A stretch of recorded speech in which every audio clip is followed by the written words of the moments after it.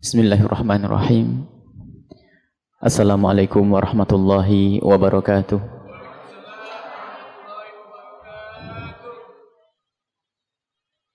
Alhamdulillah, la hawla wa la quwwata illa billah. Wassalatu wassalamu ala rasulillah, habibina wa syafi'ina wa maulana sayyidina Muhammad wa ala alihi wa ashabihi ajma'in.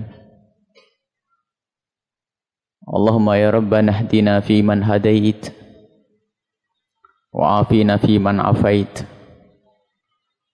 Allahumma ya Rabbana wa ya muqallibal qulubi thabbit qulubana ala dinik wa thabbit qulubana ala al-imani bik.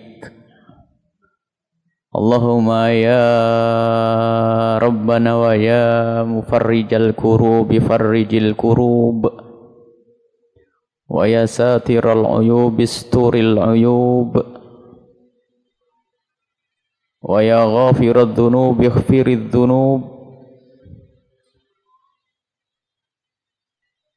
wa ya 'allamal ghuyub. Allahumma ya Rabbana kama jama'tana fi hadhihi al-lailatil mubarakati fajma'na yawmal qiyamati ma'a habibika sayyidina Muhammad wahsyurna tahta liwa'i habibika sayyidina Muhammad. Allahumma ya Rabbana arzuqna mahabbata habibika sayyidina Muhammad wa mahabbata ahli baiti habibika sayyidina Muhammad wa mahabbata ashabi habibika sayyidina Muhammad wa mahabbata man ahabba habibaka sayyidina Muhammad. Allahumma ya Rabbana rizqna at-taubata qabla al-maut wasyahadata 'inda al-maut wal jannata ba'da al-maut. Amma ba'du. Hadirin hadirat, orang-orang pilihan Allah yang semoga diberi oleh Allah istiqomah di dalam keimanan, istiqomah di dalam kebaikan. Semoga dijadikan orang-orang yang istiqomah di dalam meninggalkan kemaksiatan. Hanya kepada Allah kita memohon, karena Allah lah yang menjadikan kita ini ahli istiqomah. Dan juga Allah lah yang menjadikan hamba-hamba yang tidak dicintainya terjerumus dalam kehinaan kemaksiatan. Maka sebaik-baik hamba adalah senantiasa ingat kepada Allah di saat hendak berbuat baik, agar di saat ia bisa berbuat baik tidak masuk kepada bab bangga dengan amalnya sendiri atau ujub. Kebaikan kita Allah yang memilihkan untuk kita. Semuanya sahamnya Allah. Kita bisa sholat semua dari Allah, baju Allah kasih, kesehatan Allah kasih, air Allah kasih, bahkan kemauan di dalam hati kita pun Allah yang kasih. Maka sama sekali tidak berhak kita menuntut, ya Allah aku berhak masuk surga. Tidak. Akan tapi kita berharap semoga Allah memasukkan kita ke surga Allah dengan rahmatnya. Kemudian muqaddimah kita pada saat ini, kalau kemarin kita berbicara apa? Istinja. Istinja sudah beres dan diamalkan. Artinya sebisa mungkin ilmu bab istinja itu diketahui, termasuk istinja yang mungkin kita belum terbiasa, istinja dengan batu atau yang semacamnya, dan jangan dianggap itu sesuatu yang kotor. Sebab kalau kita menganggap itu sesuatu yang menjijikkan, berarti kita jijik dengan apa yang pernah dilakukan oleh Nabi Muhammad sallallahu alaihi wasallam. Maka wajib melakukan hukumnya jadinya. Dari sesuatu yang mubah, kalau kita merasa enggak nyaman, lebih nyaman kencing langsung ditutup ya. Lalu kena kot celananya, berarti kita belum bisa memuliakan apa yang pernah dilakukan Nabi Muhammad. Ceritanya tentang ilmu istinja sudah berlalu. Ini sebetulnya menabung ya, dikit-dikit difahami. lalu disampaikan kepada yang lainnya, nanti lengket. Sebab sudah kita kemas semudah mungkin untuk dihafal. Kemudian pada malam hari ini ada lanjutan. Sebelum sholat, kita kan mau sholat kita. Ini bab sholat, mulai dari suci dari apa? Hadas ya, bersuci ya kayaknya kemarin. Sudah semuanya. Kita akan membicarakan tentang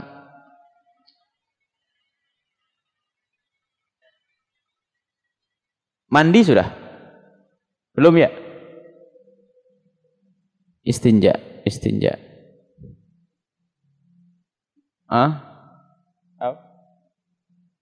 Syarat-syarat ngadepi kiblat supaya agak jauh dengan majelis yang lain. Majelis yang lain kita berbicara tentang syarat sholat. Baik, kita bicara masalah tayamum saja. Ilmu tayamum. Tak apa-apa, kita comot-comot. Tapi kita sedikit pasti nggak ragu-ragu. Ilmu itu harus gitu. Bertayamum. Kapan orang itu boleh bertayamum? Atau dalam bahasa kitab fikih itu sebab bolehnya bertayamum. Sebab bolehnya bertayamum itu sebetulnya cuma satu. Nggak usah banyak-banyak biar mudah dihafal. Sebab orang boleh bertayamum itu satu, yaitu tidak adanya air. Itu saja sebetulnya. Dan tidak adanya air itu ada dua model, dua macam. Yang pertama, memang air tidak ada. Tidak dari hujan, tidak dari mata air, memang betul-betul air tidak ada secara sesungguhnya. Maka saat itu orang boleh bertayamum. Air tidak ada secara sesungguhnya. Yang kedua,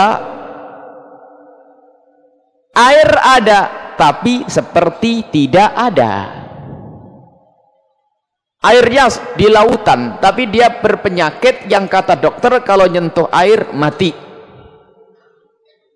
Atau ada air di belakang rumah, di kolam, satu-satunya kolam tapi dijaga 5 harimau. Ayo, mau apa? Air ada tapi seperti tidak ada. Nah, ini hukumnya ya kayak nggak ada ya. Jadi yang pertama adalah tidak ada secara sesungguhnya. Yang kedua adalah ada tapi seperti tidak ada. Itu boleh bertayamum. Orang sakit parah nggak bisa bersentuhan dengan air, maka boleh bertayamum. Jelas ya? Sebabnya itu satu itu dua model. Tidak ada secara sesungguhnya. Misalnya di tempat kita tidak ada hujan, tidak ada mata air, betul-betul tidak ada air, ya sudah. Maka saat itu orang boleh bertayamum. Maka jangan dipersulit tentang urusan ibadah. Termasuk, mohon maaf, rasa takut. Seorang wanita sendirian di dalam rumahnya, terpencil jauh dari sana sini, mau keluar rumah, kamar mandinya agak di belakang, sementara mendengar isu bahwasanya ada ketidakbaikan, kejahatan, anak brutal, preman, segala macam. Lalu dia ketakutan, tidak bisa keluar dari rumah. Di dalam rumahnya tidak ada air. Lalu bagaimana ini? Tayamum. Jadi harus difahami luas. Jangan berarti tidak ada air tok. Memaksa keluar dibunuh atau diperkosa, naudzubillah. Kan bahaya. Jadi air ada, tapi seperti tidak ada. Ini juga boleh bertayamum. Kita fahami ini dulu. Termasuk air ada, tapi seperti tidak ada. Air ada tapi kita butuhkan untuk minum. Kita punya air berapa liter? Ada 1 drum. Untuk apa itu? Untuk persiapan minum kita dan sesuatu yang terhormat. Ayam yang punya monyet di rumahnya, kambingnya. Kalau butuh minum, maka itu didahulukan untuk kebutuhan minum saja. Airnya ada tapi seperti tidak ada. Jadi pemahamannya harus begitu. Karena selama ini orang barangkali ngerti tayamum, tidak tahu bagaimana orang boleh bertayamum. Apalagi kalau baca sambil ngantuk bukunya itu, keluar dijamin tidak paham. Ngerti bab tayamum 1 tok. yaitu kalau nggak ada air. Padahal seperti itu termasuk tergolong tidak ada air kayak tadi. Ada air tapi tidak cukup untuk bersuci. Atau ada air persiadaan untuk minum, bukan untuk berwudu. Maka biarpun ada air tapi seperti tidak ada air. Baik, itu adalah gambaran umum tentang kapan orang boleh bertayamum. Kalau seandainya di sebuah kota tidak ada hujan, tidak ada air, kemudian benar-benar tidak ada air, maka saat itu boleh bertayamum. Atau Anda bepergian di tempat yang jauh, Anda toleh kiri, toleh kanan, cari air tidak ada, di tengah jalan Anda boleh bertayamum. Baik, selesai. Maka jangan disiksa orang sakit itu untuk berwudu. Dilihat kalau sakitnya memang nggak boleh bersentuhan dengan air, ya jangan wudu. Selesai. Kemudian jika ada orang sholat dengan tayamum, apakah ia wajib mengulangi sholatnya atau tidak?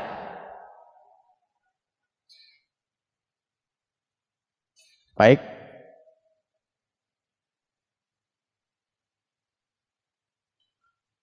Jawabnya adalah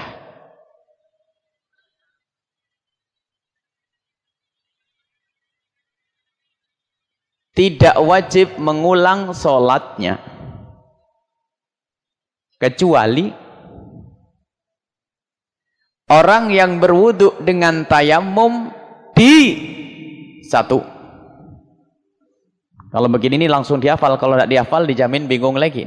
Di tempat yang biasanya ada air, ternyata tiba-tiba tidak ada air.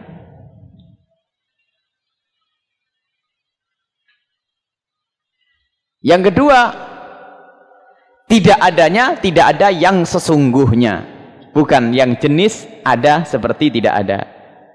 Jadi kalau tidak adanya air memang sesungguhnya tidak ada, di tempat yang biasanya ada air, maka menurut madhab kita Imam Syafi'i, nanti kalau sudah datang air ia wajib mengulangnya. Contohnya, semoga tidak terjadi di Cirebon ada air atau tidak air ya di sini. Banyak air ya. Tiba-tiba di suatu hari nggak ada air. Berarti tidak ada air di tempat yang biasanya ada air. Satu syarat memenuhi. Yang kedua, tidak adanya air memang tidak ada, benar-benar tidak ada air. Maka itu kalau melakukan sholat dengan tayamum, dia nanti wajib mengulangnya. Berbeda jika Anda bertayamum di tempat yang memang umumnya tidak ada air, di tengah padang pasir, umumnya tidak ada air, nggak ada orang gali sumur di sana. Kalaupun gali tidak tahu kapan dapatnya itu.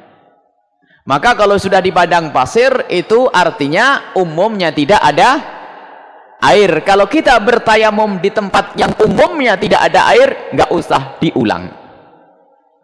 Atau Anda bertayamum di saat air itu ada tapi kayak tidak ada, tidak usah diulang. Jelas ya? Air ada kayak tidak ada, air satu kolam besar tapi Anda sakit ya. Sakit yang kata dokter, awas jangan nyentuh air, kalau nyentuh air kulitmu, mukamu bisa hitam nanti. Berbahaya kan? Maka saat itu dia bertayamum. Makanya karena adanya bukan sesungguh, tidak adanya bukan sesungguhnya, tidak adanya itu adalah hanya sekedar maknawi, ada tapi kayak tidak ada. Karena dia tidak bisa pakai, maka orang itu tidak usah mengulangnya. Jangan salah di sini. Jadi kalau ada orang sakit tayamum, tidak usah mengulang sholatnya dengan tayamum. Selesai di sini satu-satu. Kemudian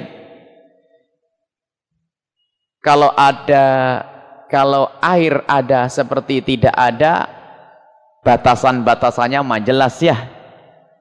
Karena kita takut tadi ya, di rumah di belakangnya ada air tapi dijaga harimau atau dijaga buaya ya.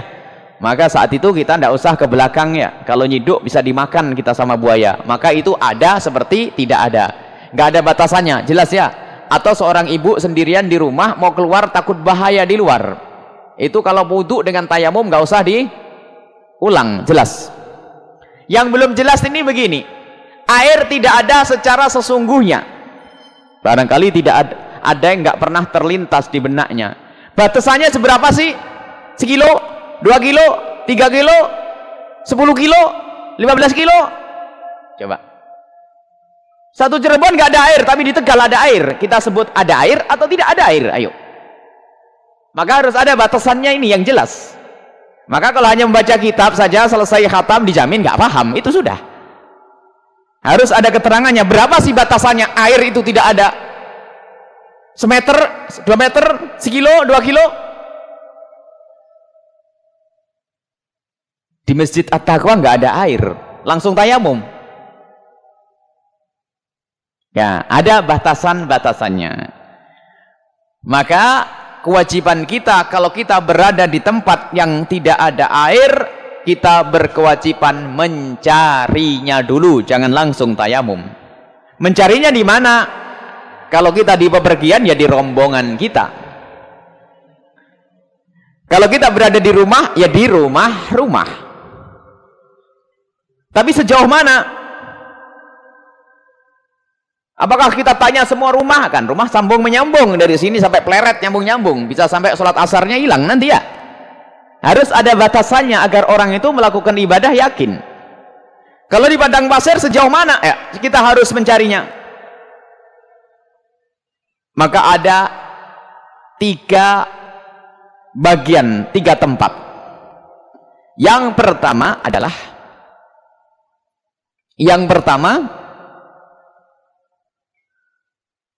wajib kita mencarinya baik dalam keadaan kita menduga adanya air, 1, atau yakin adanya air, 2. Biarpun kita hanya menduga adanya air, wajib kita mencari di sejauh sekitar kita. Sejauh mana itu? Diperkirakan itu, ulama itu istimbatnya dari hadis, yolah. Jangan dianggap ulama itu bangin hitung-hitungan tuh ngarang. Jadi ceritanya kalau zaman Nabi itu ceritanya kalau cari air suruh pergi ke sana. Setelah pergi tidak ada, balik nggak ada, baru bertayamum. Lah, perginya orang ini sejauh mana? Sejauh jika dia di tempat yang jauh di sana itu kok tiba-tiba ada sesuatu, ular, harimau, minta tolong, kita kedengaran. Makanya sejauh jika ada orang yang kita suruh cari air itu menjerit, kita dengar. Lah itu dikira-kira oleh ulama berapa meter? Anggap saja itu 300 meter, gitu saja. Karena kalau kita kira-kira adalah 300 meter, digampangkan meter. Jadi kalau kita menduga ada air, misalnya di sini nggak ada air, kita wajib mencarinya. Biarpun belum yakin, kayaknya sih ada, tapi kayaknya juga tidak, ragu kan? Tapi masih menduga. Kita wajib mencari sepanjang 300 meter. Lebih dari 300 meter kita wajib mencari tidak? Kita tidak wajib mencarinya kecuali yakin adanya air di tempat itu. Setelah 300 meter anggap saja dipatoi. Sini ya pusat 300 meter sama ya, kita kurang hafal di kiri kanan. Polres itu berapa meter dari sini? Pokoknya anggap saja sana 300, bulat begitu. Maka ini 300 meter ya. Maka kita wajib mencari di sekitar ini, biarpun hanya sekedar menduga. Wajib mencarinya. Tapi kalau sudah yakin tidak ada, karena sudah yang mencari, nggak usah. Ada orang, oh nggak ada, sudah. Ya sudah, kita percayai, nggak usah kita cari lagi ya. Selebihnya, kita wajib mencari lebih dari 300 meter. Itu kita wajib mencarinya jika kita yakin ada air. Dari mana yakin itu? Ya mungkin pengalaman atau informasi dari orang yang banyak. Oh di sana ada sumur nyumber. Oh ya, baik. Maka kita wajib mencari ke tempat ini. Ada yakin. Sampai berapa ini? Ulama menyebutnya adalah separuh farsah. Repot farsah, alah repot ngitung-ngitungnya. 84 bagi 32, 2,5 kilo gitu aja sudah. Sepanjang 2,5 kilo. 2,5 km. Maka sepanjang 2,5 km ke barat, 2,5 km ke timur, 2,5 km ke mana sana? Utara, barat sana. Barat, timur, utara, selatan, yaitu sepanjang 2,5 km, maka orang wajib mencari kalau yakin. Selebihnya bagaimana? Nggak usah dicari. Sebab kalau nggak ada batasannya pusing dong. Di pleret ada air ya. Memang setiap sholat harus ke pleret, maka Islam itu menyiksa dong. Nggak, Islam itu gampang. Itu adalah batasan-batasan tentang tayamum ya. Mungkin kita gambar, jarak pertama adalah sekitar 300 meter. Jarak kedua adalah 2,5 kilo. Selebihnya adalah jarak jauh yang tidak dianggap. Maka biarpun di Tegal itu banjir, kalau di Cirebon nggak ada air, boleh tayamum. Di Losari banjir, di Cirebon kering, boleh tayamum. Di Cirebon kering, di Pleret banjir, boleh tayamum. Ya, ini harus ada batasannya, kayak begini-begini ini selesai. Kemudian orang boleh bertayamum itu kalau sudah masuk waktu sholat. Ini catatan lagi, ditulis begitu ya. Jadi kalau bertayamum sebelum masuk waktu sholat nggak boleh. Bertayamum itu kalau sudah masuk waktu sholat. Adzan zuhur baru tayamum. Kalau tayamum dulu kemudian masuk adzan zuhur tidak boleh. Jadi tayamum boleh di saat sudah masuk waktu sholat. Yang pertama. Yang kedua adalah tayamum sekali untuk sholat wajib sekali. Ini menurut jumhur ulama khususnya madhab Syafi'i. Tayamum sekali untuk sholat fardu sekali. Tapi tayamum sekali boleh 1.000 rakaat. Boleh 1.000 sholat nggak apa-apa, sunnah. Kalau sholat sunnah boleh tayamum sekali dengan sholat sunnah yang banyak. Tapi sholat fardu adalah sekali tayamum sekali sholat fardu. Misalnya ada orang tertidur sehari semalam, kan meninggalkan sholat ya, namanya tertidur ya. Kalau benar-benar tertidur gak dosa. Tertidur nggak sadar, tak bangun besok pagi, tidur pagi, bangun pagi, ninggalkan sholat 5 waktu, maka dia wajib mengkodoknya. Cara mengkodoknya gimana? Nggak ada air, harus tayamum. Tayamumnya gimana? Ya, setiap sholat tayamum 1, setiap sholat tayamum 1, setiap sholat tayamum 1. Nah ini insya Allah sederhana masalah fikih bertayamum dan jangan pusing. Kemudian bagaimana cara bertayamum? Ambil tanah berdebu. Nggak usah banyak-banyak, bukan secangkul, tapi secukup secendok teh pun boleh ya. Jangan mentang-mentang pengen tayamum, ambilkan aku debu untuk tayamum 1 cangkul, keberatan itu ya. Secukup seujung sendok teh pun boleh. Bisa dibungkus di kertas begini, langsung masuk saku bepergian pakai debu. Barangkali dia terbang di atas awang-awang ya, atau dia mau berjalan di atas air, daripada repot cari debu di lautan nggak ada air, nggak ada apa? Mana ada air ya, wudhu aja kok repot ya. Di mana? Di awang-awang lah, anggap saja dia pergi ke tempat nan jauh yang tidak ada debu di situ, maka cukup dengan seujung sendok. Setelah itu kita ratakan, diratakan begini, berarti sudah ada alatnya, yaitu debu. Kemudian caranya bertayamum, yang pertama niat. Niatnya tidak usah pusing-pusing, nanti nggak usah pakai bahasa Arab, sah. Aku niat tayamum karena Allah mah beres dah, Allah tahu. Kalau pakai bahasa Arab dibedakan raf'il hadas dengan istibahati sholah. Nah itu tayamum mal istibahati sholah. Sudah anda hafal, mending tidak usah tayamum, bisa begitu nanti. Ya udah, pokoknya kalau ngajari sama orang kita di tetangga kita awam digampangin. Kalau ustadz mah ya kelewatan kalau tidak tahu doa aslinya. Nah kita tidak ngomong dengan ustadz ya. Kita akan orang-orang yang tidak mudah menghafal bahasa Arab. Aku niat tayamum, sudah beres. Kemudian caranya adalah dengan menepukkan kedua telapak tangan ke tempat debu tadi. Kita tepukkan di tempat debu tadi. Kemudian kita angkat tangan. Sunnah dianjurkan ditepuk begini, meringankan debu.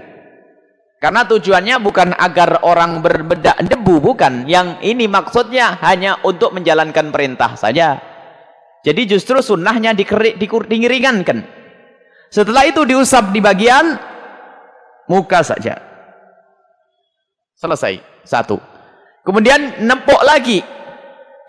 Yang kedua, Ya. Debu yang kedua, bagian debu yang di tangan kiri buat tangan kanan.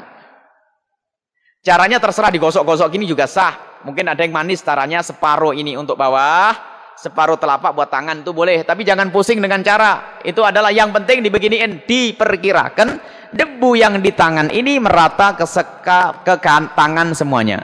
Baru tangan bagian kanan untuk yang begini. Selesai.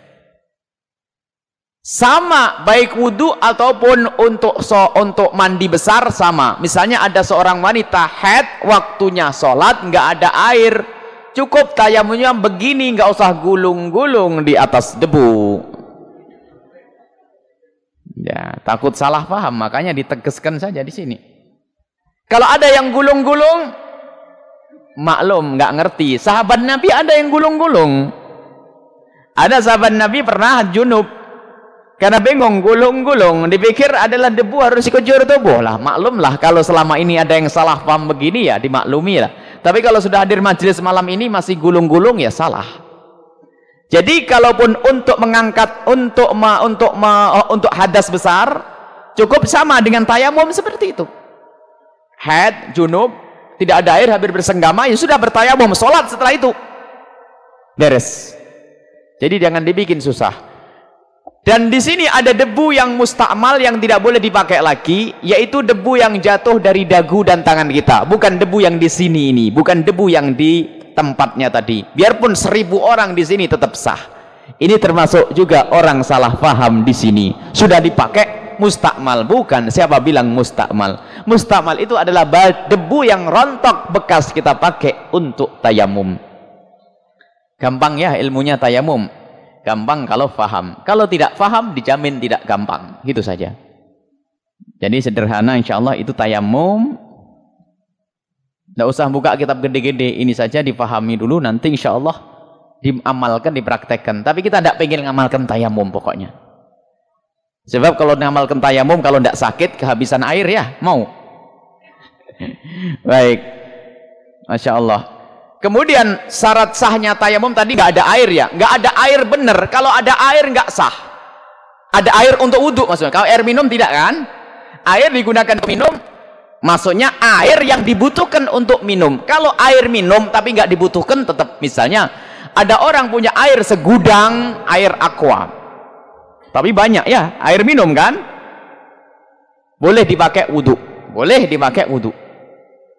Tapi kalau air memang dibutuhkan untuk minum saja, nggak boleh. Dipakai untuk minum saja, tidak boleh. Jadi harus tidak ada air yang sesungguhnya. Untuk menambahkan pemahaman, ulama membuat contoh. Tapi ini tidak pernah terjadi.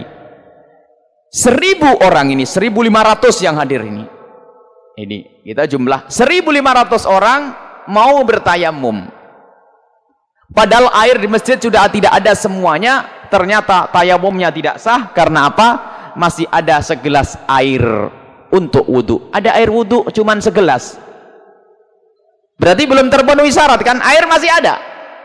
Caranya biar sah dibuang saja, dituang sekali, buang, baru nanti tidak ada air beneran. Kalau masih ada, semuanya tidak sah tayamumnya. Sebab apa? Masih ada air untuk wudhu. Nah, ini untuk pemahaman saja, tapi nggak pernah terjadi kayak begitu-begitu ya. Nah ini belajar fikih sederhana ya, nggak usah pakai kitab gede-gede, tapi dikit kita ingin bahasanya nyantol tuh ya, paham. Baik, kita akan baca kitab Hikamnya Ibn Athaillah As-Sakandari. Adapun kekurangan nanti bisa dimasukkan bab pertanyaan. Al-Hikmah Al-Hadiyah Wal-Ishrun, hikmah yang ke-21. Qala al-musannif rahimahullahu ta'ala nafa'anallahu bihi wa bi ulumihi wa bi ulumikum fid darin amin ila anqal. Al-Hikmah Al-Hadiyah Wal-Ishrun, hikmah yang ke-21. Talabuka minhu ittihamun lahu wa talabuka lahu ghaibatun minka anhu wa talabuka li ghairihi likillati hayaika minhu wa talabuka min ghairihi liwujudi bu'tika anhu. makna harfiahnya, permintaanmu kepada Allah adalah tuduhan, engkau menuduh Allah. Jangan dimaknai harfiat, berat sih. Nanti akan disyarahi. Barangkali satu saja. Ini adalah dua pangkat. Pangkat yang paling hebat. Orang itu adalah pangkat ini. Pangkat pasrah, bukan pangkat meminta. Jika Anda meminta kepada Allah boleh. Tapi jika Anda pasrah lebih hebat. Pasrah lebih hebat. Di saat orang berada di dalam sebuah bencana, lalu dengan penuh kesabaran, dan di saat dalam bencana itu dia selalu mengatakan hasbiyallah wa ni'mal wakil, ya Allah aku serahkan urusan ini kepadamu ya Allah. Itu lebih hebat dari yang berkata ya Allah lepaskan aku dari musibah ini. Dua-duanya boleh. Sebab kalau dia menyerahkan urusannya kepada Allah, mutlak bersih dia tentang keimanannya. Dan di saat dia meminta kepada Allah, ini perlu dijelaskan. Kenapa kamu minta kepada Allah? Kalau dia menjawab, karena aku ingin menampakkan kelemahan diriku di hadapan Allah, maka itu iman.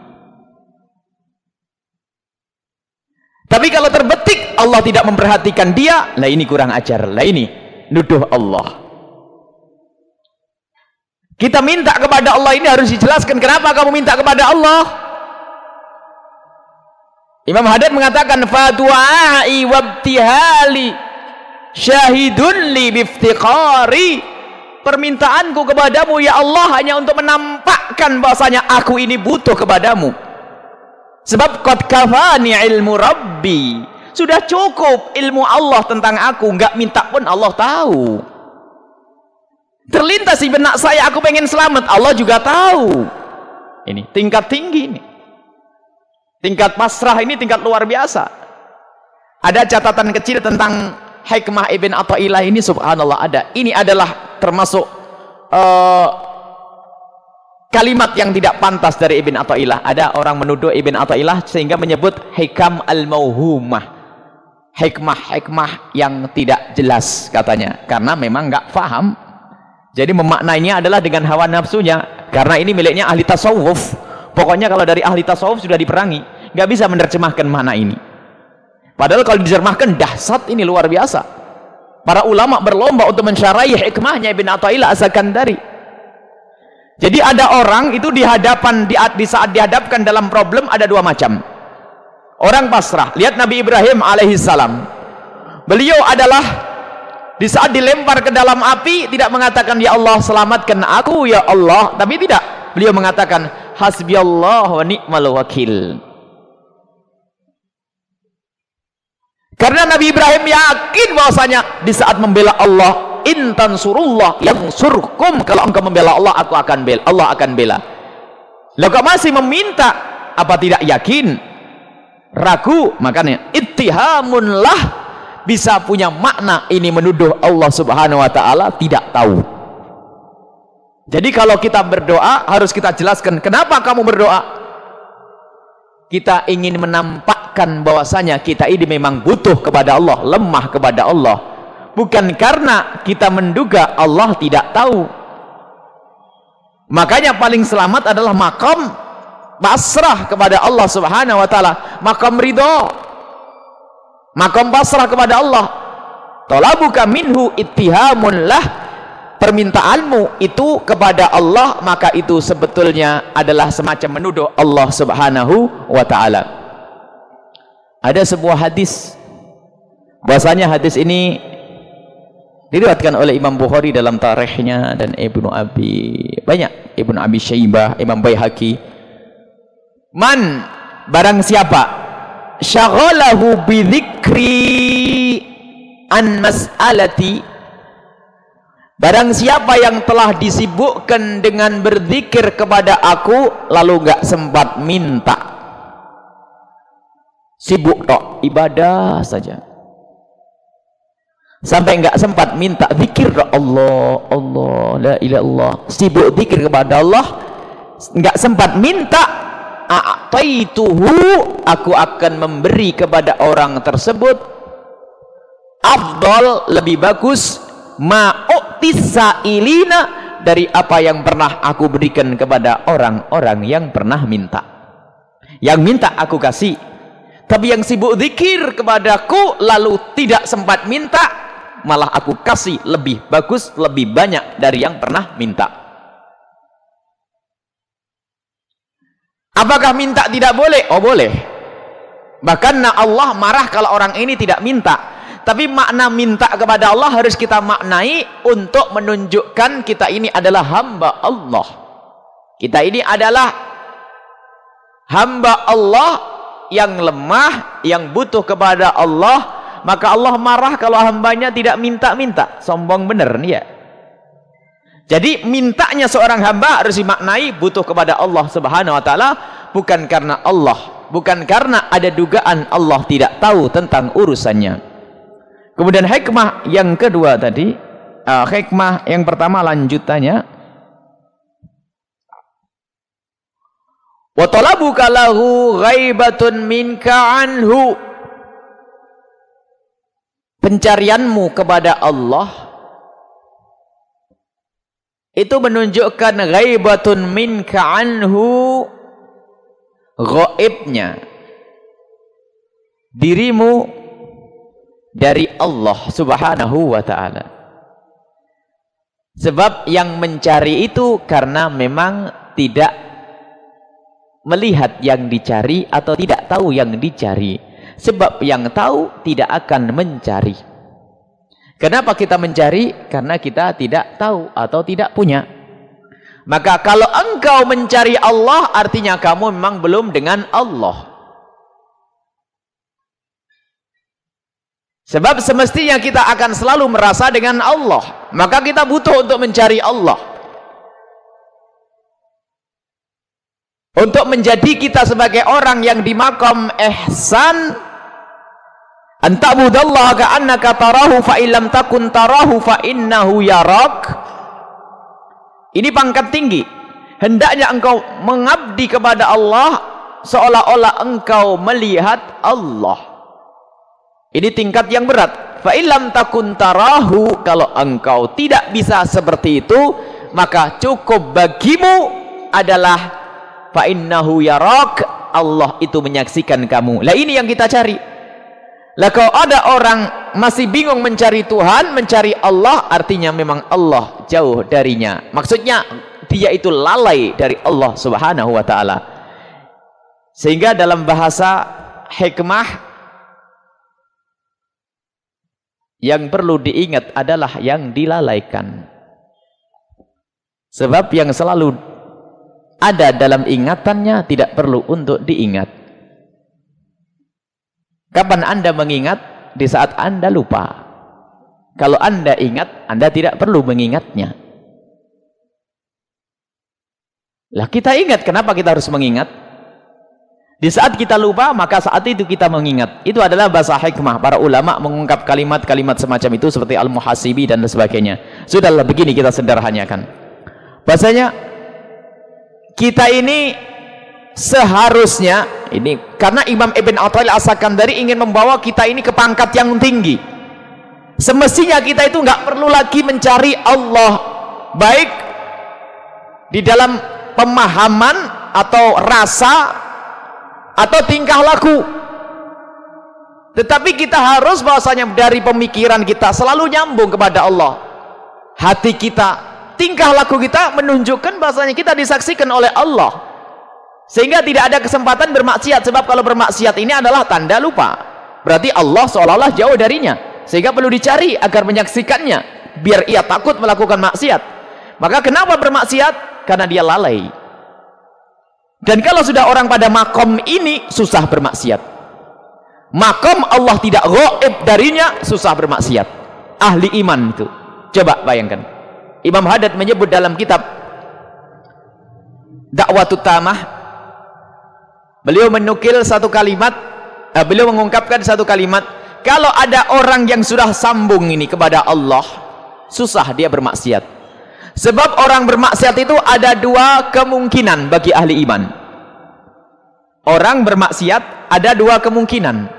Kemungkinan yang pertama, di saat ia bermaksiat, ia yakin Allah tidak melihatnya. Hukumnya apa kira-kira? Kafir. Masa mengatakan Allah tidak melihat ya? Keluar dari Islam. Karena Allah selalu melihat tingkah laku kita. Maka kalau ada orang bermaksiat, tanyakan, kenapa kamu bermaksiat? Apakah Allah tidak melihatmu? Iya, Allah tidak melihat. Kafir. Yang kedua, ahli iman nih. Kenapa kamu bermaksiat? Apakah Allah melihat? Kamu percaya tidak Allah melihatmu? Iya, aku percaya Allah melihatku. Kalau ada orang yakin Allah melihatnya, maka masih bermaksiat, berarti kurang ajar. Nggak ada pilihan. Nah, ini ahli iman, ya begitu. Yang diinginkan Ibn Athaillah Sakandari, ya kelas itu. Sudah begitu dikatakan, ini hikmah nggak benar. Terus maunya apa? Ini ada manusia-manusia anti tasawuf itu menghantam hikmahnya Ibn Athaillah As-Sakandari karena tidak faham. Biasa kalau tidak faham itu adalah seperti serigala mau meraih buah anggur lalu nggak nyampe, bilang kepada orang anggur itu pahit. Itu tahu ya, serigala ngelompat-ngelompat mulai tadi itu meraih buah anggur nggak nyampe-nyampe, akhirnya lari, terus ditanya enak, pahit, ya gitu. Ya begitulah, orang tidak bisa merasakan dzuknya ahli tasawuf, sehingga kalau membaca kalimatnya ahli tasawuf, ia lalu berkata kalimat menyesatkan, kalimat nggak benar, kalimat syirik. Kalimat ini adalah orang yang tidak faham tasawuf, padahal kalimatnya sederhana, dan insya Allah yang mendengar bakal faham dengan pemahaman ini. Maksudnya justru hakikat iman ini. Baik, ini separuh saja, kelihatannya panjang sekali, dilanjutkan separuh lagi. Sudah jelas bahwa di dalam urusan memohon kepada Allah, di dalam urusan problem dan musibah, orang ada dua pangkat. Anda boleh menjadi orang yang pasrah kepada Allah Subhanahu wa ta'ala, maka itu adalah kunci. Allah akan segera mengkabul Anda. Dan di saat Anda meminta pun, ini tingkat yang kedua, maka harus kita hadirkan bahwa kita meminta kepada Allah itu karena kita ingin menampakkan penghambaan kita kepada Allah Subhanahu wa ta'ala, bukan karena kita menduga Allah tidak tahu. Sebab cukup pengetahuan Allah kepada kita yang terlintas di benak kita. Panjenengan pengen mobil mulai kemarin itu sudah tahu. Panjenengan mau mikir beli beras sambil ngaji, pengen ya Allah besok makan apa, Allah tahu. Boleh Anda minta, ya Allah aku minta berikan aku begini, boleh, karena Anda butuh kepada Allah Subhanahu wa ta'ala. Kemudian yang kedua tadi adalah berusahalah Allah senantiasa hadir, artinya kita merasa disaksikan oleh Allah Subhanahu wa ta'ala. Maka setelah itu orang tidak perlu mencari Allah, karena selalu Allah hadir di hatinya. Maka yang mencari karena yang dicari tidak ada, artinya jauh, maka perlu orang itu mencari Allah Subhanahu wa ta'ala. Ini saja, wallahu a'lam bissawab. Kami persilakan untuk bertanya.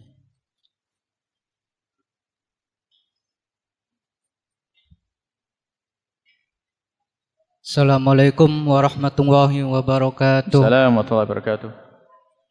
Kepada Abu Yahya yang saya hormati, saya akan mempunyai dua pertanyaan. Yang pertama tentang masalah wudu. Tadi disebutkan masalah air. Nah sekarang yang ada pertanyaan, ada seorang mau sholat punya airnya itu pas-pasan. Terus ada lagi orang yang mau mati, tapi orang yang mau mati ini tidak pernah sholat seumur hidupnya. Nah, apakah ini diberikan kepada orang yang mau mati atau diteruskan wudunya? Terus yang kedua tentang hadis Nabi, ikhtilafu ummati rahmatun. Ini penafsirannya bagaimana? Karena zaman sekarang banyak perdebatan itu menjadi laknat. Ini kan merugikan banyak masyarakat seperti bid'ah, syirik, dan yang lain-lainnya. Ini di sini pengertiannya bagaimana, apa sih untuk Ahlussunnah wal Jamaah atau yang lain-lainnya? Kurang lebihnya mohon maaf. Wassalamualaikum warahmatullahi wabarakatuh. Waalaikumsalam warahmatullahi wabarakatuh. Assalamualaikum warahmatullahi wabarakatuh. Assalamualaikum. Yang terhormat Buya, ini mengenai Atibun Nawawi, pengobatan yang disunahkan oleh Nabi. Sepengetahuan kami, Atibun Nawawi atau pengobatan yang disunahkan Nabi itu adalah hijamah atau bekam. Bahkan kami pernah baca di hadis bahwa sebaik-baik pengobatan itu salah satunya adalah bekam. Begitu juga dengan herbalnya seperti madu, habatus saudah, dan juga kurma dan lain-lain. Nah, sedangkan di kenyataan sekarang ini saya lihat kurang diamalkan oleh umat Islam, padahal itu disunahkan. Nah, ini bagaimana kita menyikapinya, Buya? Saya kira itu, karena saya lihat banyak sekali pengobatan ini malah ke kedokteran yang itu mahal. Sedangkan kalau hijamah yang disunahkan oleh Nabi kurang dimanfaatkan oleh umat Islam. Terima kasih. Assalamualaikum warahmatullahi wabarakatuh. Wassalamualaikum warahmatullahi wabarakatuh.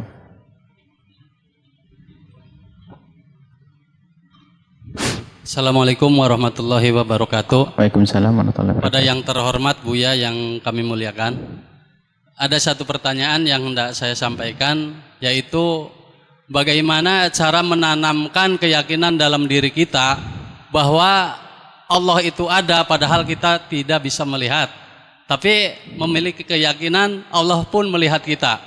Hanya itu yang bisa saya sampaikan. Sebelumnya terima kasih. Assalamualaikum warahmatullahi wabarakatuh. Waalaikumsalam warahmatullahi wabarakatuh. Ibu-ibu, kami persilakan.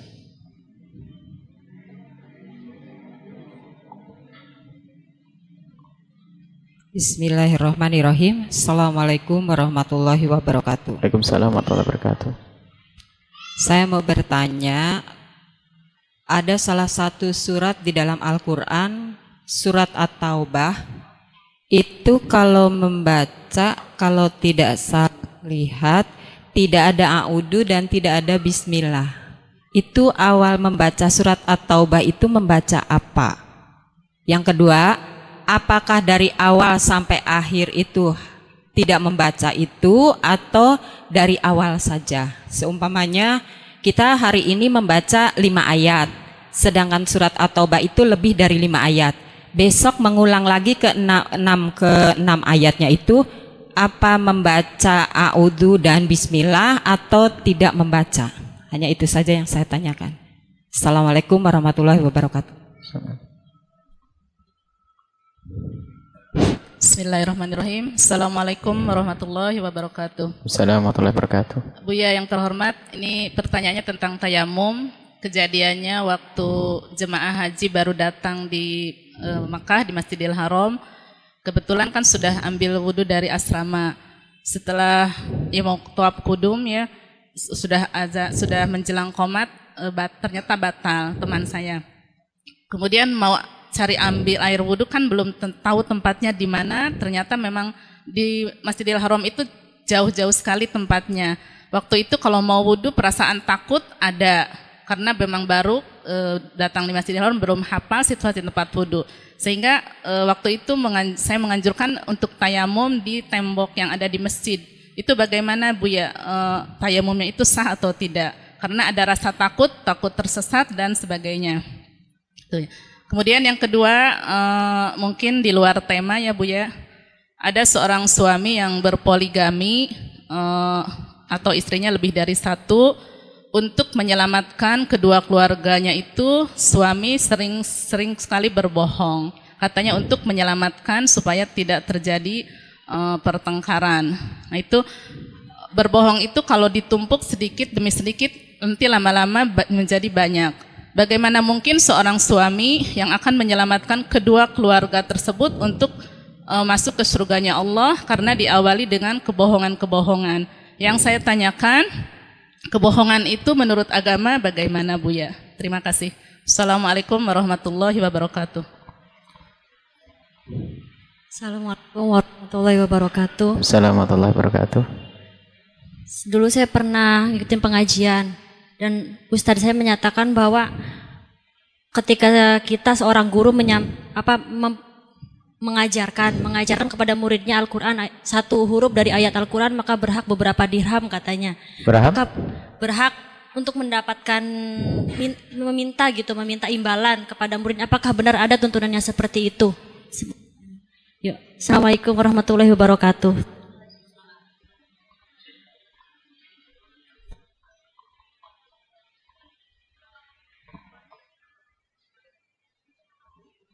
Cukup mungkin? Sudah banyak? Baik, bismillahirrahmanirrahim. Ada orang mau berwudu punya air sedikit. Tak taunya ada binatang. Tadi kalau binatang harus perhatikan ya. Binatang yang terhormat. Kalau binatangnya tidak terhormat, biarin mati. Dan binatang tidak terhormat adalah yaitu termasuk orang murtad. Ya. Termasuk di sini ulama memasukkan orang yang tidak mau sholat. Dia tidak terhormat lagi. Biarin, biar mau sholat.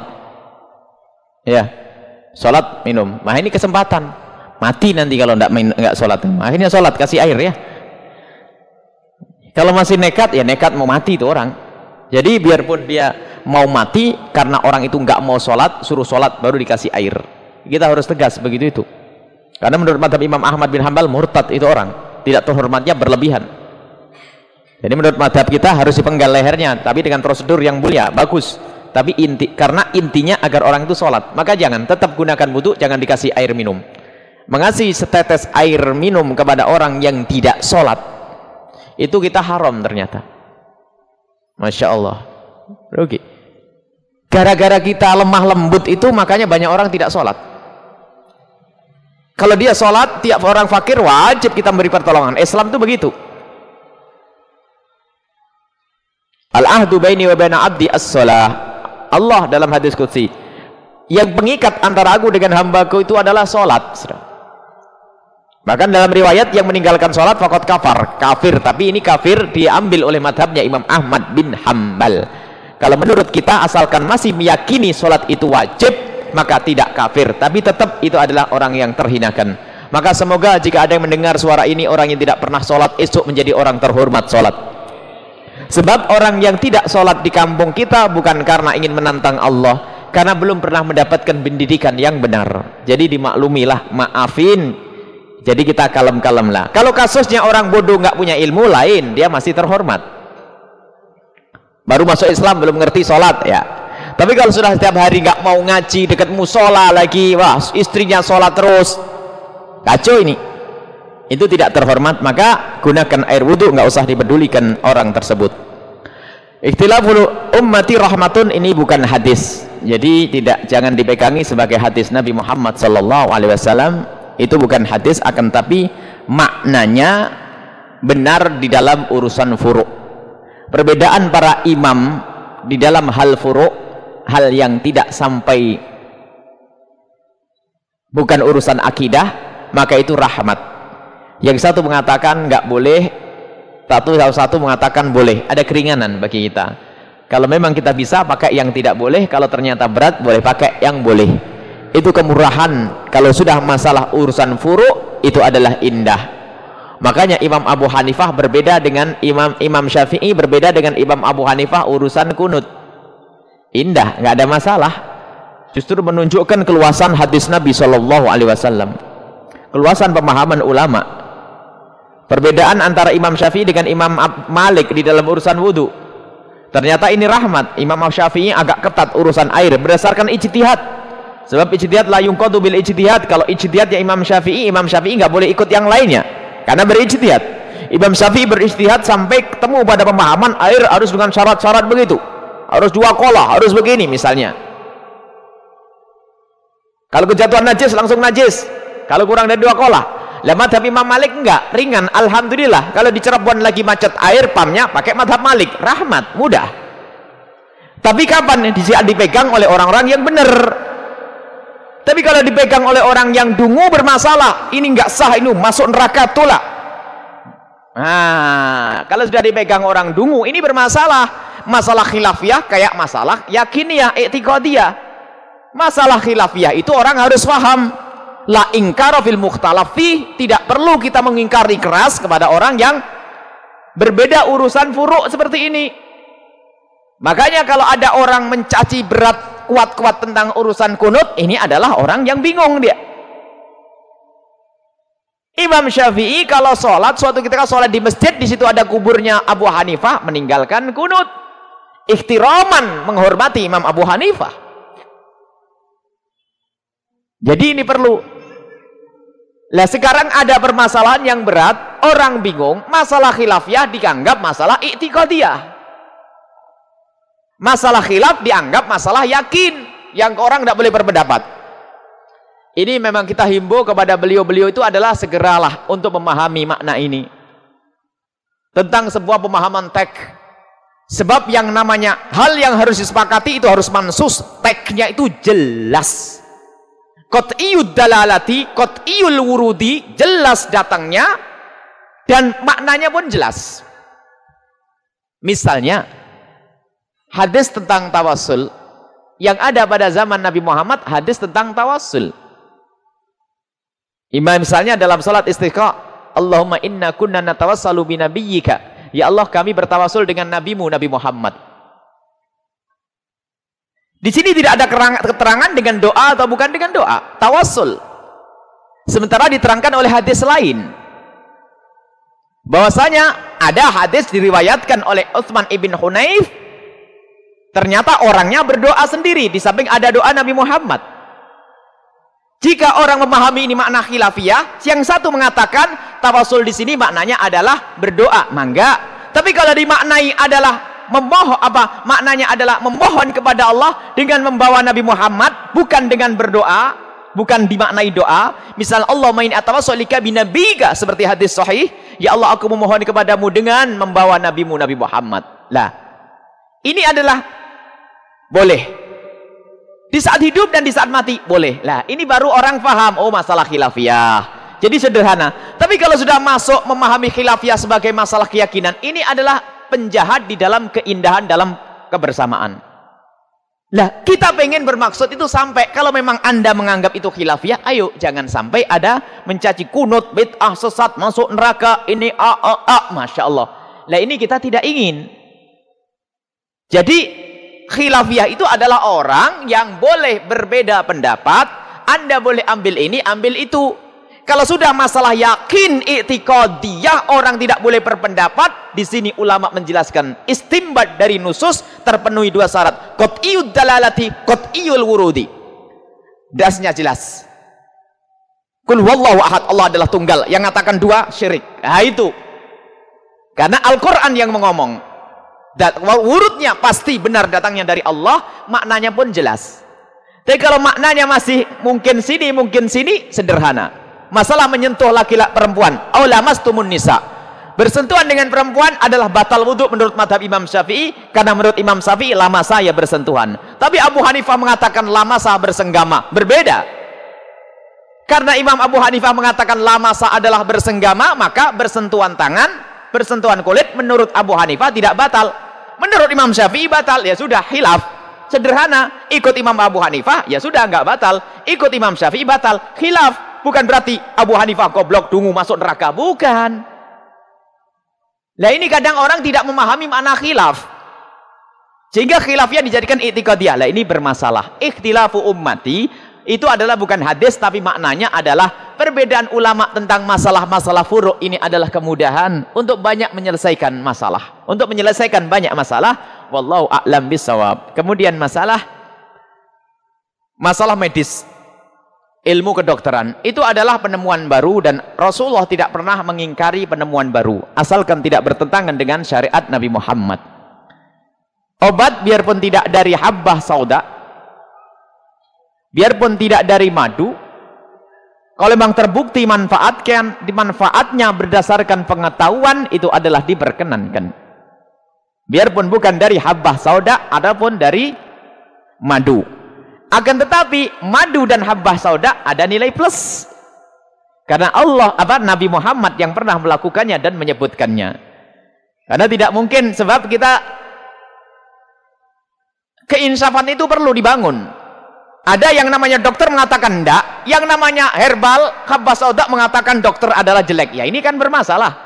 Padahal semuanya ini adalah bermanfaat, sudah terbukti ilmu kedokteran bermanfaat. Bahkan disebut sebagai fardu kifayah. Ibnu Sina menemukan ilmu kanun tibbi, dan Imam Ghazali juga sangat mengerti ilmu kedokteran. Dan ternyata Imam Suyuti punya masalah Tibun Nabawi, di situ ternyata ramuan-ramuan yang dibuat, yang disebutkan bukan dari Nabi Muhammad SAW. Maknanya begini, ilmu kedokteran asalkan betul-betul memenuhi aturan syariat Nabi Muhammad itu boleh-boleh saja. Hanya memang betul kita perlu menyeru kepada apa yang pernah diajarkan Nabi Muhammad, apa dicontohkan Nabi Muhammad dari berobat, tentang habbah sauda, termasuk hijamah, untuk membangun keyakinan kita lebih kuat bahwasanya yang menyembuhkan hanya Allah saja.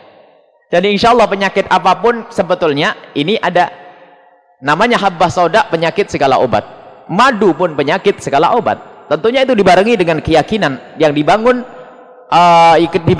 dibarengi dengan keyakinan di hati kita akan kehebatan apa yang diucapkan Nabi Muhammad SAW. Jadi kalau yakin, karena yang menyembuhkan Allah, yakin yang menyembuhkan Allah melalui perantara ini, insya Allah diberi kesembuhan oleh Allah Subhanahu Wa Taala. Dan sudah banyak para dokter pun yang mengarah kepada yang demikian. Tetapi bukan berarti penemuan dokter-dokter itu adalah salah, tidak. Selagi masih memenuhi aturan Nabi Muhammad, tidak melanggar syariat Nabi Muhammad, boleh. Ada sebuah riwayat tentang madu. Ja'a rajulun ila Nabi sallallahu alaihi wasallam yashtaki. Dia ngadu tentang sakit perutnya. Sakit perut, ngadu ke Rasulullah, dikasih madu. Pulang. Masih sakit, datang lagi. Ya Rasulullah, masih sakit perutku. Minum lagi madu. Pulang. Sakit lagi. Belum sembuh madunya. Apa oleh Nabi Muhammad SAW mengatakan? Kadzaba batni wa sadaqa Rasulullah. Katakan kepada perutmu, dusta engkau, yang benar Rasulullah. Dipaksai minum madu dengan keyakinan begitu, maka sembuh itu nanti. Ini dusta perut kau, yang benar Rasulullah. Rasulullah ngasih kok. Nah, ini. Jadi memang perlu dibangun keyakinan. Boleh kita mengarah ke yang demikian ini, dan itu lebih aman. Tapi ilmu kedokteran bukan berarti harus kita tinggalkan, karena ada misalnya untuk mengungkap, mungkin bisa kerjasama yang baik urusan medis. Dokter bisa mendiagnosa sebuah penyakit, ya, bisa mengetahui sebuah penyakit, bisa secara detail. Sementara yang lain hanya dengan alamat dohir, kalau dokter melalui laboratorium. Subhanallah, ini penemuan-penemuan fardu kifayah, dan alhamdulillah jazahumullah khairan katsiran, semoga Allah memberikan pahala niat baik mereka, para dokter-dokter. Jadi tidak ada, jangan sampai ada office nanti apa lawan ini lawan itu, tidak. Karena biasanya kalau Ustadz Al-Quran, Ustadz Tajwid, kemana-mana yang dibawa Al-Quran, paling bagusnya ya Al-Quran, ya. Lupa bahasanya, belajar juga penting. Ini zikir. Kita tidak ingin kita itu bangga dengan apa yang kita miliki hanya untuk mengangkat kesombongan kita atau ada kepentingan sesuatu. Ketahuilah herbal luar biasa, apalagi kok niatnya ingin niru Rasulullah, pahalanya numpuk itu. Minum bismillahirrahmanirrahim, ikut Rasulullah, numpuk pahalanya. Wallahu a'lam bishawab. Allah ada, kita tidak melihatnya. Memang betul sebetulnya. Makanya dialog masalah akidah itu, orang itu bisa meyakini biarpun tidak usah melihatnya. Itu bisa dibuktikan di mana saja. Orang bisa yakin tanpa harus melihatnya. Bohong kalau orang mengatakan aku tidak bisa yakin kecuali aku melihatnya. Suruh ke sini, nanti kita buktikan. Orang bisa meyakini sesuatu biarpun dia tidak melihatnya. Contoh, ada satu orang berkata, aku tidak yakin kecuali aku melihatnya. Di hadapannya ada 5 dokter terkenal di Cirebon, dokter hebat. Kemudian dokter itu mengatakan, Pak, gelas ini isinya minyak keras, siapapun yang minum bakal mati. Pak, minum Pak. Diminum enggak sama orang ini? Hah? Belum ada yang mati, tidak ada kelihatan. Diminum enggak kira-kira? Kalau dia berhujah, aku tidak akan percaya kecuali ngelihat. Minum, ayo. Bisa percaya biarpun tidak melihat. Kepercayaan itu bisa dibangun. Percaya, kalau dia memaksa, gila tuh, minum tuh, mati kelepek-kelepek nanti. Jadi orang bisa percaya biarpun tidak melihatnya, bisa. Siapa bilang tidak? Itu orang kepala batu tuh. percaya biarpun tidak harus lihat orang kelepar mati seperti di Cirebon beberapa hari yang lalu, ada ya? Nggak usah nunggu kalau sudah ada yang mati ya. Biar kalau sudah diceritai ini berbahaya Pak, ini minyak keras, jangan diminum. Jangankan 5 dokter hebat, 1 orang saja sudah percaya kan kita kadang-kadang. Jadi ternyata kepercayaan bisa dibangun biarpun kita tidak bisa melihatnya. Nah, begitu juga percaya kepada Allah itu bisa dibangun biarpun kita tidak melihat Allah. Karena makna melihat yang disebutkan para imam ini bukan melihat bentuk Allah, karena Allah tidak bisa disifati dengan bentuk. Allah tidak bisa disifati dengan jasad sehingga bisa ditangkap oleh panca indera kita. Allah ada. Dan adanya Allah itu tanpa kaif, tidak bisa dikatakan bagaimana dan di mana. Allah tidak butuh mana-mana karena Allah tidak butuh tempat. Dan bagaimana Allah tidak butuh kaif, tidak perlu bagaimana. Kayak apa sih? Nggak usah pakai kayak. Sebab laisa kamitslihi syai'un, Allah tidak seperti apapun. Maka kita meyakini Allah ada. Dan yang bertanya ini adalah puncak iman sebetulnya. Tapi gimana ya? Nah, nggak paham ya.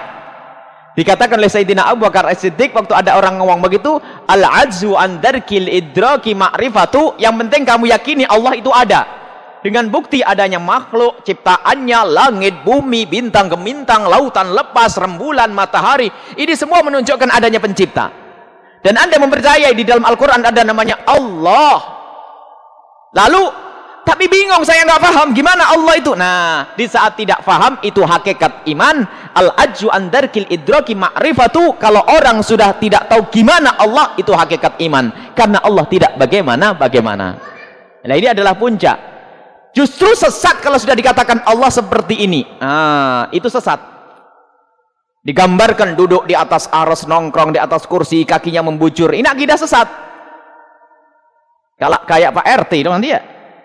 Pak Presiden, Pak Bupati, Pak ini duduk di atas kursi jadinya. Jadi itulah hakikat iman, itu adalah justru di saat kita itu tidak bisa faham. Karena apa? Tidak ada yang bisa meliputi Allah. Tidak ada yang tahu hakikat Allah kecuali Allah. Kita hanya diberi oleh Allah pengetahuan tentang beberapa sifat-sifat Allah. Allah Maha Kuasa, Allah begini-begini. Tapi hakikat Allah hanya Allah yang tahu. Lah kalau ada orang tahu hakikat Allah, berarti Allah di bawah pemahaman Anda, lebih kecil dong Allah. Rendah dong. Tidak, Allah Maha Agung. Jadi kita semua adalah kerdil kecil, maka yang kecil tidak akan bisa meliputi pemahamannya kepada yang agung, dan itu adalah hakikat iman. Kemudian apa? Surat Taubat memang begitulah, karena urusan penetapan bismillah itu juga dari Nabi Muhammad, atau istilahnya tauqifi, tidak perlu kita istilah itu adalah ngikut Nabi Muhammad. Itu Nabi Muhammad mengatur ayat seperti itu wahyu. Padahal Iqra itu kan yang pertama. Kenapa enggak ditaruh sebelum Fatihah ya? Jadi penyusunan tentang ayat Al-Quran itu sudah ketentuan dari Rasulullah, dan itu dari wahyu.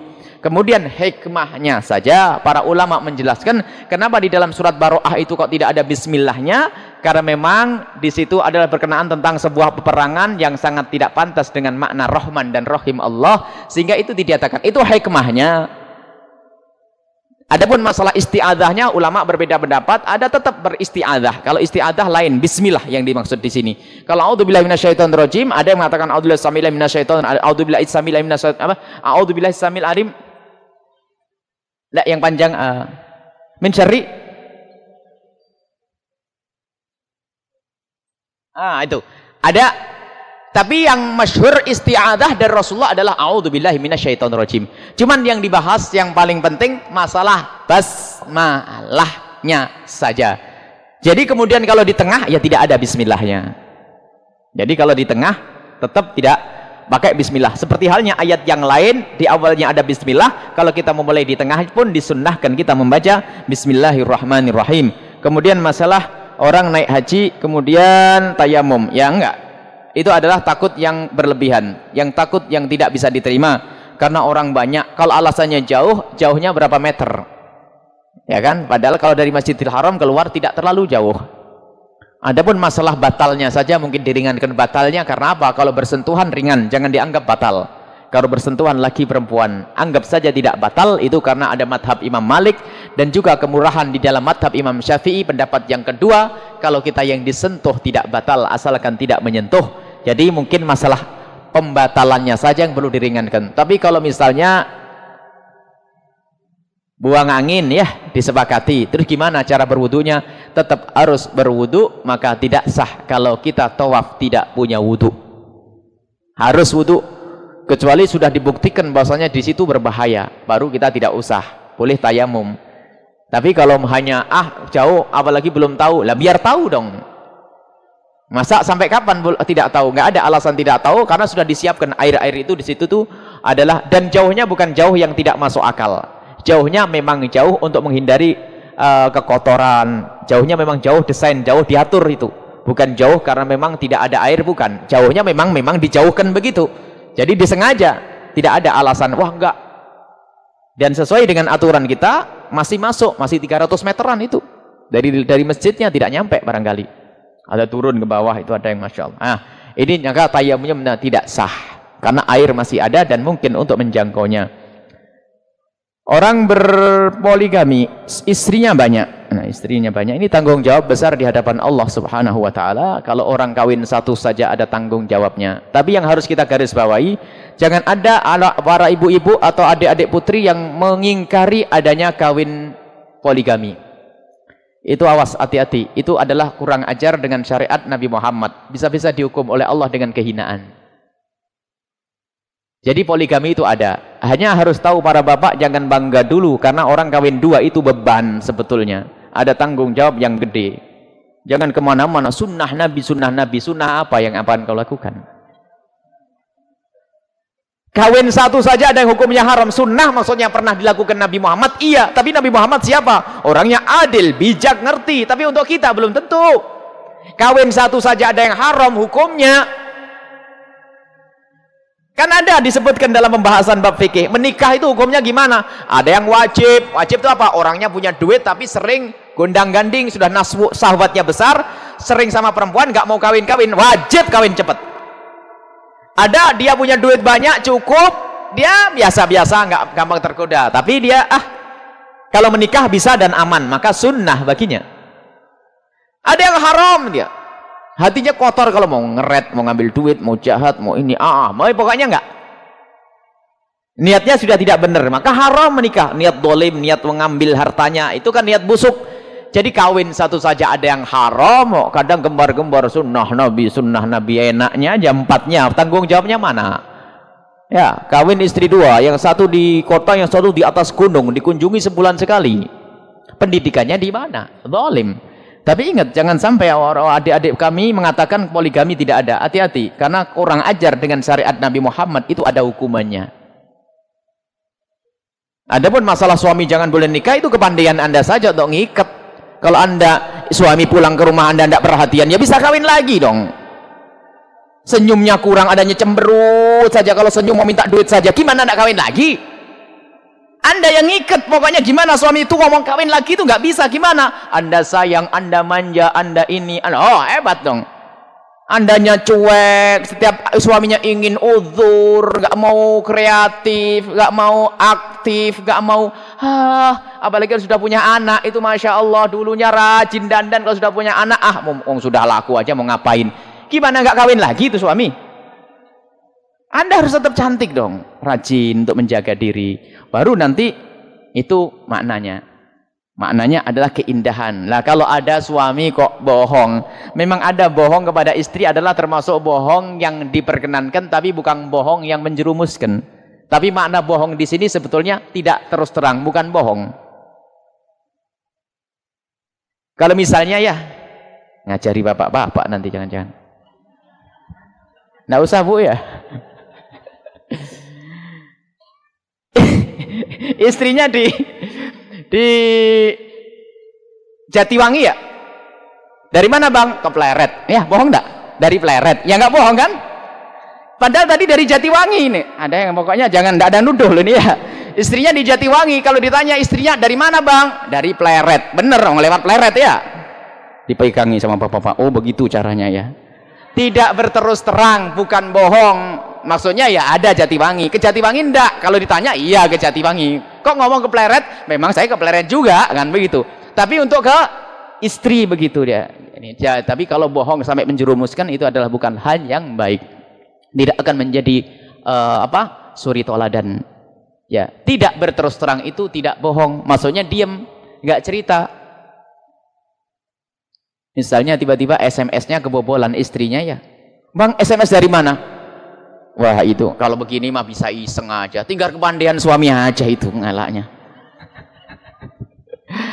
Nggak, tapi ingat, ini adalah sekedar guyon, tapi ingat tanggung jawab para bapak. Menikah 2, 3 bukan urusan mainan. Sebab kalau orang menikah 2 artinya tanggung jawabnya berat. Jangan dianggap itu surga langsung. Orang punya istri 2 nggak adil, semter di akhirat neraka. Dosa gede.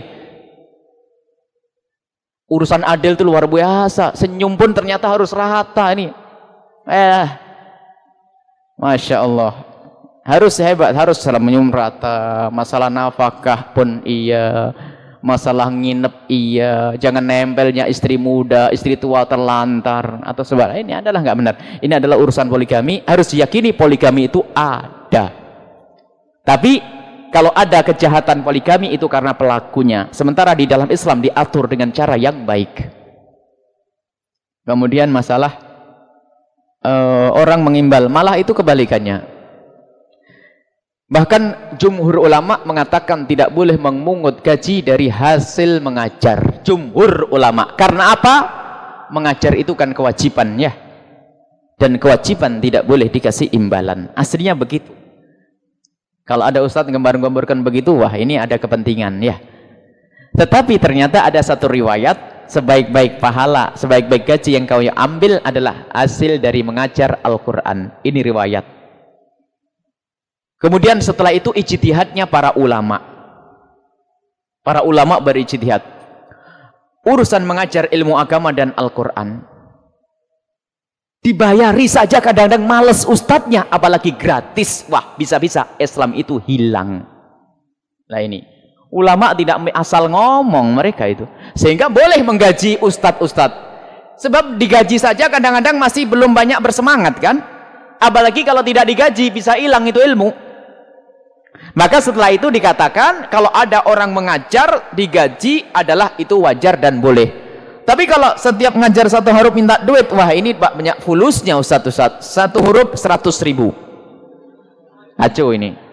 Cuman intinya adalah pendapat kecil dari ulama mengatakan bahasanya orang mengajar Al-Quran sekalipun boleh mengambil gajinya. Kalau pengen hebat lagi, urusan agama free, tapi yang giat kerja di tempat lain. Itu lain cerita, tapi tidak semua orang kuat semacam itu. Jangan dihinakan orang yang ngajar agama lalu digaji. Tidak ada masalah. Adalah boleh. Dan bukan sesuatu yang haram. Dan ini juga pendapatnya para ulama. Yang ngambil gaji-gaji, yang tidak. Karena urusan ikhlas bukan urusan dohir. Urusan batin hanya Allah yang tahu. Yang menerima gaji belum tentu tidak ikhlas. Dia tugasnya ngajar. Tapi ternyata dia memberi yang lebih. Ada. Jadi ini adalah masalah gaji. Boleh-boleh saja. Tapi kalau satu huruf ada hitungannya, itu tidak seperti itu aturannya. Bagaimana pengaturan keuangan dalam rumah tangga di mana suami PNS, istrinya PNS. Hak dan kewajiban suami dan istri bagaimana? Tidak ada berubah di situ. Bedanya apa? Milik istri utuh miliknya istri. Enak kan Bu? Miliknya abak suami buat nafkah. Jadi kalau ada suami mengizinkan istrinya kerja, itu semata-mata duit buat istri itu. Karena nafkah tanggung jawab suami. Tapi kalau ada istri hitung-hitungan kelewatan tuh. Nah, masa hidup bersama mau hitungan. Memang begitu kaidahnya ibu-ibu tuh pinter di mana-mana. Bang, duitmu duitku, duitku duitku sendiri. Di sana ini kok betulnya di sini ini. Semoga bukan yang di sini tuh. Tidak, hidup bersama bukan karena hitung-hitungan. Hidup itu yang indah, milik suami, milik istri ini. Ya. Sebab ada satu niat jelek. Nanti kalau saya cerai bagaimana? Loh, pengen cerai memangnya. Jangan dipikirin itu nanti. Yang penting hidup harus diladeni, dijalani dengan penuh keindahan. Kalau kebetulan suami nggak punya duit, istri punya duit, ini orang mulia. Nggak ada masalah, barokah, pahalanya gede, 3 kali pangkat itu.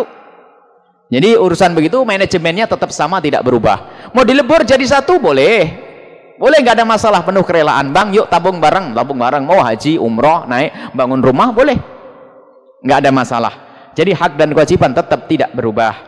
Bagaimana hukumnya seorang istri karena pengusaha tidak memberitahukan hasil usahanya kepada suaminya, bahkan menguasai dalam pengaturan rumah tangga? Wah, kalau ada seorang istri tidak bercerita tentang hasil uangnya, memang tidak punya kewajiban bercerita dia. Kalau mau disalahkan, itu yang ditegur suami, kenapa kamu izini, kan begitu sebetulnya.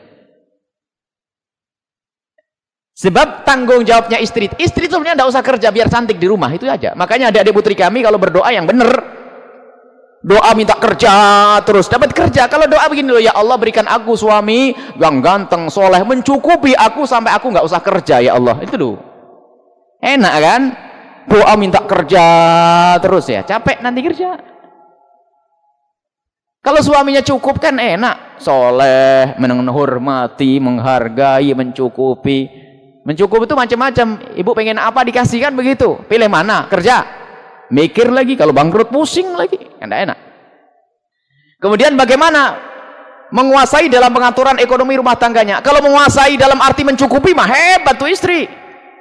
Masuk menguasai kurang jelas di sini. Istri menguasai ekonomi di dalam rumah, mencukupi ya, bagus tuh istri. Tapi kalau menguasai dalam arti yang lain, kita tidak paham. Seorang istri menguasai ekonomi, apa bu? Ya mencukupi kayaknya ya. Kalau mencukupi mah baik-baik saja seorang istri mencukupi.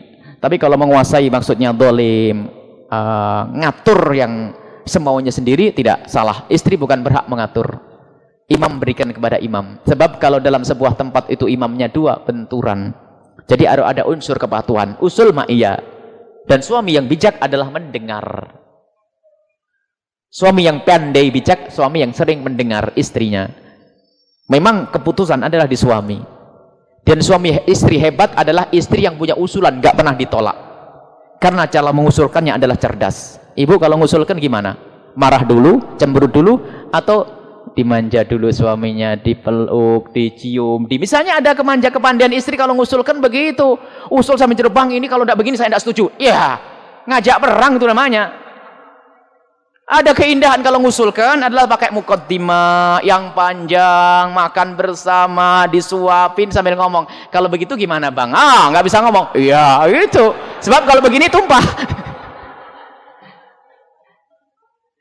Baik, itu adalah masalah hak-hak, itu adalah sederhana. Waktu habis. Pertanyaan?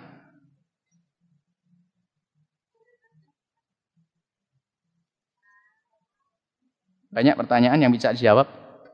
Satu lagi lah.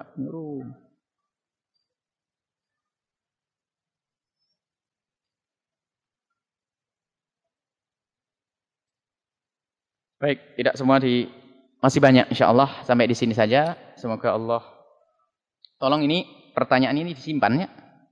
Karena pertanyaan yang tidak terjawab akan coba ditulis. Jadi suatu saat ada pembukuan tentang pertanyaan yang selama ini beredar, karena kebetulan pertanyaan yang disampaikan ini adalah berbobot dalam arti memang hal yang dibutuhkan. Sebab tidak bertanya kecuali karena problem. Dan ini kalau difahami adalah ilmu yang banyak sekali. Tapi sayangnya satu, setiap kita suruh nyimpen hilang, itu yang bermasalah. Jadi kita tidak pernah tahu ya. Insya Allah habis ini tidak ada barang hilang insya Allah. Bismillahirrahmanirrahim. Alhamdulillahirabbil alamin. Allahumma shalli ala sayyidina Muhammad wa ala ali sayyidina Muhammad. Allahumma arhamna wa la tu'adzibna wansurna wa la takhdhulna wa afina wa la tumritna wa akrimna wa la tuhinna wa athirna wa la tuthir alaina innaka ala kulli syai'in qadir. Allahumma ya Allah, Allahumma ya Allah, Allah ya Allah. Berikan kepada kami kecintaan kepada kekasih-Mu Nabi Muhammad ya Allah. Berikan kepada kami kecintaan kepada ahli bait kekasih-Mu Nabi Muhammad. Berikan kepada kami kecintaan kepada sahabat kekasih-Mu Nabi Muhammad ya Allah.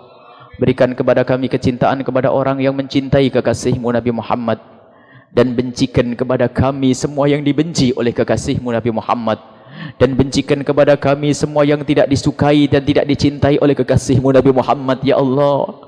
Ya Allah, agar kami dengan kecintaan ini mudah mengikuti kekasih-Mu Nabi Muhammad, Dan semoga dengan kebencian itu mudah kami meninggalkan yang dilarang oleh kekasih-Mu Nabi Muhammad. Ya Allah, ya Allah, ya Allah, jangan sampai kami beribadah dengan berat. Ya Allah, rindukan kami dengan ibadah, sehingga di saat kami melakukan solat dengan penuh kerinduan untuk solat. Di saat kami melakukan puasa, kami penuh kerinduan untuk berpuasa. Di saat kami melakukan segala macam ibadah, karena kami rindu ibadah. Ya Allah, jangan sampai diri kami ini berat dalam beribadah. Ya Allah, iyyaka na'budu wa iyyaka nasta'in. Kepadamulah ya Allah kami mengabdi, dan kepadamulah kami memohon pertolongan. Ya Allah, ya Allah, ya Allah, jauhkan kami dari segala macam penyakit hati, jauhkan kami dari bid'ah, jauhkan kami dari syirik, jauhkan kami dari hasad dengki, jauhkan kami dari sombong, jauhkan kami dari riya. Ya Allah, dan bukakan hati kami, bukakan hati kami, bukakan pemahaman kami akan riya, akan syirik, akan kesombongan. Ya Allah, dan agar kami mudah untuk meninggalkannya. Ya Allah, ya Allah, ya Allah, Engkau sungguh Maha Kuasa. Ya Allah, hanya Engkau yang bisa menjaga hati kami, hanya Engkau yang bisa membersihkan hati kami. Ya Allah, jauhkan dari dendam kepada sesama kami. Jika ada orang aniaya kepada kami, jika ada orang zalim kepada kami, jika ada orang memusuhi kami, jika ada orang menyakiti kami, ya Allah,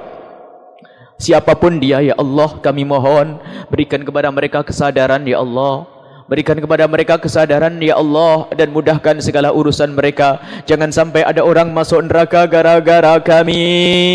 Kami tidak ingin ada orang masuk neraka gara-gara kami. Kami ingin sebab menjadikan orang masuk surga-Mu. Ya Allah, ya Allah, satukan umat kekasih-Mu Nabi Muhammad. Ya Allah, jadikan kami sebab bersatunya umat kekasih-Mu Nabi Muhammad. Jauhkan kami dari perselisihan dan persengketaan, dan jauhkan kami dari fitnah, jauhkan kami dari menfitnah, dan jauhkan kami dari difitnah. Ya Allah, sungguh kami takut menfitnah, dan kami takut difitnah. Fitnah sungguh membahayakan pada kehidupan kami. Ya Allah, keindahan yang mengganggu keindahan kami. Ya Allah, ya Allah, jauhkan kami, ya Allah, dari meninggalkan salat. Jauhkan kami dari meninggalkan salat. Jika ada di antara yang hadir atau yang mendengar suara ini, ada di antara hamba-hamba-Mu yang pernah meninggalkan salat, ya Allah, kami mohon berikan kepada mereka kesadaran. Ya Allah, kesadaran, dan jadikanlah di esok hari ia menjadi ahli salat. Jangan biarkan mereka terus larut dalam meninggalkan salat. Kami tidak rela. Ya Allah, kami ingin mereka Kau muliakan, kami ingin mereka Kau masukkan surga-Mu. Maka jadikanlah mereka ahli salat, dan ampuni dosa mereka yang lalu. Ya Allah, ya Allah, ya Allah, ya Allah, ya Allah, ampuni dosa kami. Jangan sisakan sedikit pun dari dosa-dosa ini. Ya Allah, dosa kami yang sangat banyak, yang kami tidak bisa menghitungnya. Ya Allah, kami takut masuk neraka-Mu. Ya Allah, kami takut masuk neraka-Mu. Ya Allah, biarpun itu neraka yang paling ringan, ya Allah, kami tidak ingin memasukinya. Sebab neraka-Mu yang paling ringan mengerikan. Jika ada orang menginjakkan kakinya di lantai neraka yang paling ringan, ubun-ubunnya akan mendidih. Ya Allah, kami takut itu. Ya Allah, ampuni dosa kami. Jangan cabut nyawa kami sebelum Kau ampuni dosa kami. Ya Allah, ya Allah, berikan kepada kami ketulusan, keikhlasan. Ya Allah, berikan kepada kami keikhlasan. Ya Allah, dalam beribadah, dalam beramal, dalam berinfak. Ya Allah, dan berikan kepada orang yang pernah membantu perjuangan kami keikhlasan. Jangan sampai apa yang mereka lakukan tidak bisa mereka lihat kelak di akhirat. Ya Allah, berikan kepada mereka ketulusan dan keikhlasan, dan kirimkan kepada kami orang-orang yang ikhlas, dan jauhkan dari kami orang yang tidak ikhlas. Kirimkan kepada kami orang yang tulus, dan jauhkan dari kami orang yang tidak tulus. Kami susah, kami tidak mampu untuk menyeleksi, hanya Engkau yang menyeleksi. Ya Allah, kami hanya menjalankan perintah dan tugas dari kekasih-Mu Nabi Muhammad. Ya Allah, agar kami berhubungan baik dengan sesama kami, tetapi kami tidak tahu di hati mereka. Maka ya Allah, dekatkan kepada kami orang-orang baik, dekatkan kepada kami orang-orang saleh, dan jauhkan dari kami orang yang tidak baik. Ya Allah, ya Allah, jadikanlah kami para suami semakin hari semakin mencintai istri mereka, para istri semakin hari mencintai suami mereka, sehingga hidup mereka semakin indah dalam cinta karena-Mu. Yang belum menikah, mudahkanlah mereka untuk mendapatkan yang halal, orang-orang pasangan-pasangan yang Engkau ridhai, yang Engkau muliakan, yang menjadikan sebab mereka mulia di dunia dan di akhirat. Ya Allah, yang menjadikan sebab mereka bahagia di dunia dan di akhirat ya Allah, dan berikan kepada kami keturunan yang soleh soleha yang bakal dibanggakan oleh kekasihmu Nabi Muhammad, keturunan yang soleh soleha yang bakal kau muliakan di dunia dan kau muliakan di surgamu bersama kekasihmu Nabi Muhammad. Ya Allah, mudahkan segala urusan kami, lapangkan rizki kami, jika ada dengan rizki yang halal yang menghantarkan kepada ridhamu, jika ada yang sakit sembuhkan ya Allah, jika ada yang sakit sembuhkan ya Allah, dan kabulkan orang-orang yang meminta untuk didoakan dengan nama-nama ini ya Allah.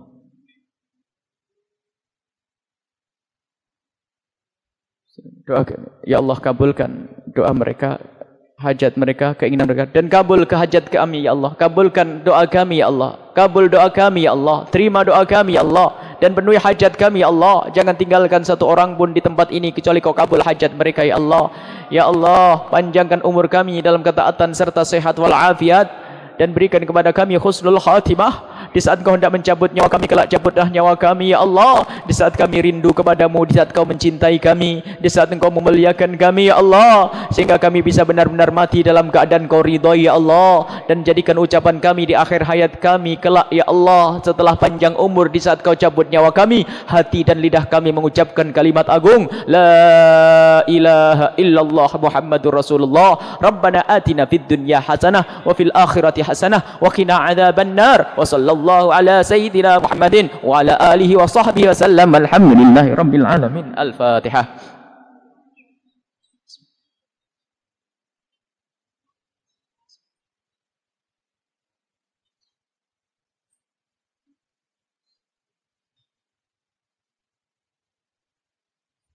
Mohon doa dan mohon doa selalu dan mohon ridha. Wabillahi taufiq wal hidayah. Assalamualaikum warahmatullahi wabarakatuh. Waalaikumsalam warahmatullahi wabarakatuh. Warahmatullahi wabarakatuh. Warahmatullahi wabarakatuh. Warahmatullahi wabarakatuh. Warahmatullahi wabarakatuh.